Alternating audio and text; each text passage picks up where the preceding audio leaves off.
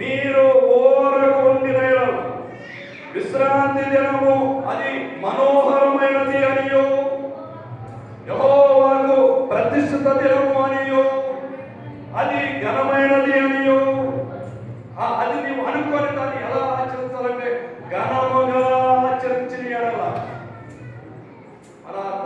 మన దౌర్భాగ్యం ఏంటో తెలుసా? పెళ్లిగట్ట అందరూ ఇంటిలో బాధ. ఎక్కడికి? మా ఇంట్లో చెప్తున్నా, మొన్న ఇక్కడ జరిగింది కరెక్పాడ ఇక్కడ